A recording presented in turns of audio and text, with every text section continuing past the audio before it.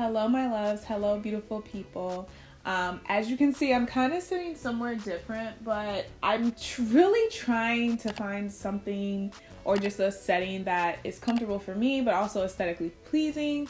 And that's also kind of an easier setup. So y'all let me know in the comments below if you think this is like a good space. I'm feeling like it's a good space. It's like cozy. You can kind of just sit back. I can just talk. So yeah, I think I'm feeling it. What are you guys thinking? Let me know. But today I actually wanted to sit and talk about friendship. We have already talked about this year how we want to be meeting our goals. And I kind of feel like sometimes when we're trying to meet those goals, a big thing that plays a part in that is like the people that we have around us and our surroundings just in general. And typically the people that we have around us is obviously, our friendships. So our friends, family. So I actually wanted to sit and take the time to talk about friendships and just help you think about the friendships and the people that are around you. Are they really helping pour into you to get to where you need to be? Or are they taking from you? Because it's 2022 and we are trying to make sure that we hit all of our goals. I'll make sure I tag somewhere above to make sure you watch that video of us hitting our goals for 2022. But with that being said, that also means that we have to have the right people around us to make that work. So I'm gonna just get into the type of friends that I've encountered in my life that probably you are dealing with now or you've encountered in your life.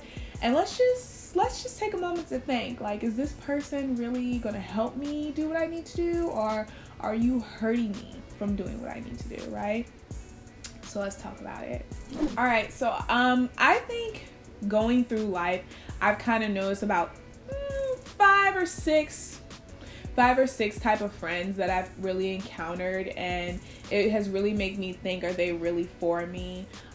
The first one is circumstantial people. I'm pretty sure all of you have come across these people once upon a time, and these are typically friendships where we're just in the same setting, and we happened to create a bond, like going to school, we're in first period together, or hey, like in this class in college, so we hang out, or you're my roommate, so we just click because of the situation that we're in.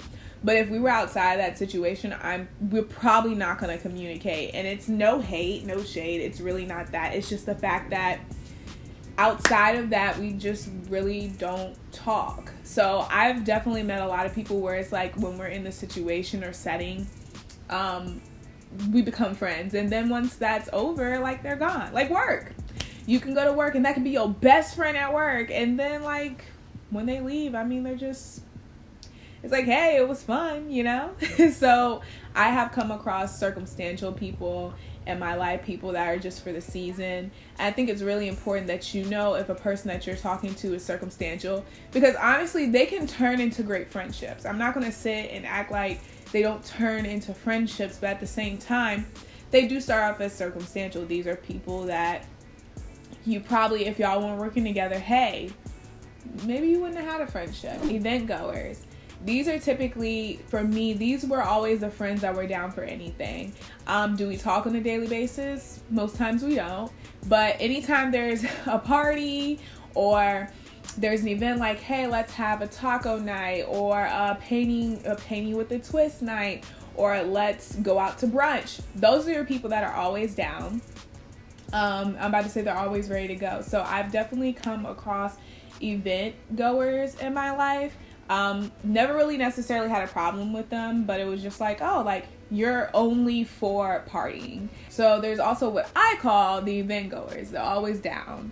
I've also come into contact with people who are more influential, and those are typically the type that they always are looking forward, like they motivate me, or they have things like they have goals as well. So when I think of them, I really like these types of people. There are people that motivate me, or they kind of have their own things going on.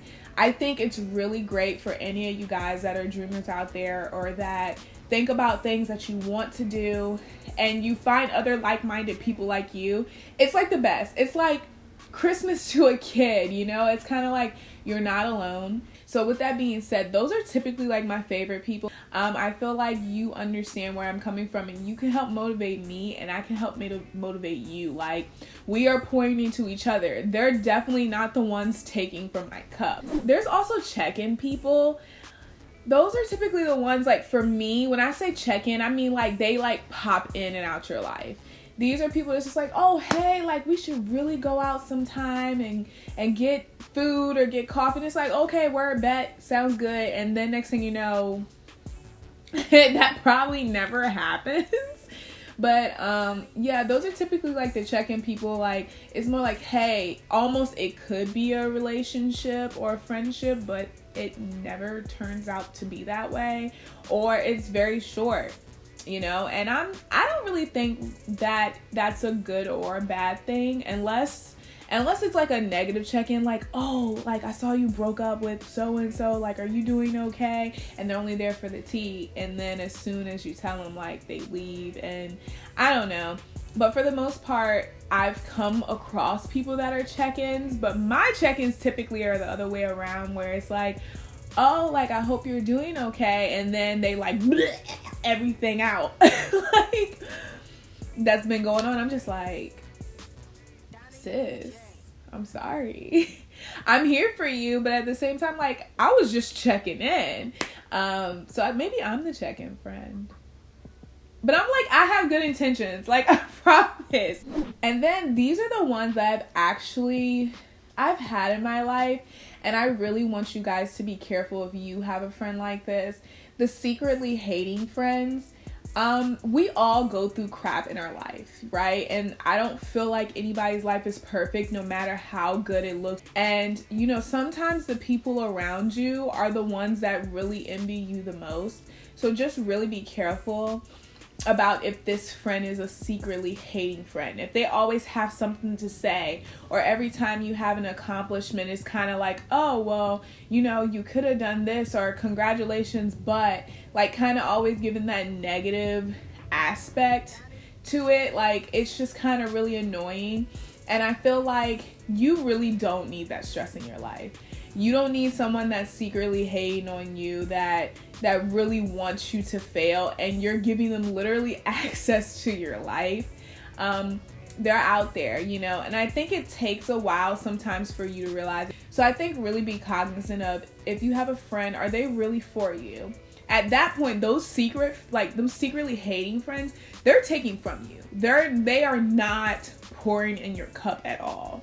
So just make sure the friend that you have, they're not secretly a hater. So watch your friends, watch their moves, watch how they say, like, what they say, how they say things, watch and see how they talk to other people about you. I don't know. Misery loves company. So I'm just saying, like, if you have, just think about it. Do you have a secretly hating friend? Are they really happy for you? You know? And then, I think the last one, it kind of goes with your, you know, your influential friends, the ones that motivate you, but kind of like your uplifting friends. I do consider myself typically most times to be an uplifting friend. And I don't even have to really be your friend, to be honest. Like, I will uplift if there's anyone who is having a hard time. Obviously, like, I have a whole channel trying to uplift things. Even if there's someone I don't know, as much as I do know about them, I want to uplift you, because we all have our moments when we're super down, and we really need someone that's going to, like, you know, kind of pick us up or help pick us up, because we all need someone at some point. I feel like I love an uplifting friend, and obviously I consider myself an uplifting friend. If I have anyone out there, I'm like, yo, like, yeah, that happened, but like, we can keep moving forward. You don't have to be stuck. Like, sit for a minute in it, because you gotta feel it. But after that, like, keep moving. Keep going. You know what I'm saying? So, I mean, there's also those uplifting friends. And I feel like those are the ones that also pour in your cup. They don't take from your cup. So, guys, I just want you to sit and think, Do any of your friends fall in those categories? Do they pour into you or do they take from you? Because we are in 2022 and we are trying to hit our goals. If you can, actually put in the comments below, if you don't mind, what are your goals for this year? And do you feel like the friends around you are pouring into you to help you with those goals? Do any of your friends fall into any of those categories? I'm curious to see what you guys are experiencing, just like for me. Like, I think I've already said I only got one friend. So for you, put down in the comments below if any of your friends fall within those categories, and what are your goals for 2022, and are they helping you get to those goals in 2022? Because it's super important that we have a great support system around us, and that also includes our friendships. So guys, I hope you like this video. Make sure that you like, comment, and subscribe. Until next time, bye.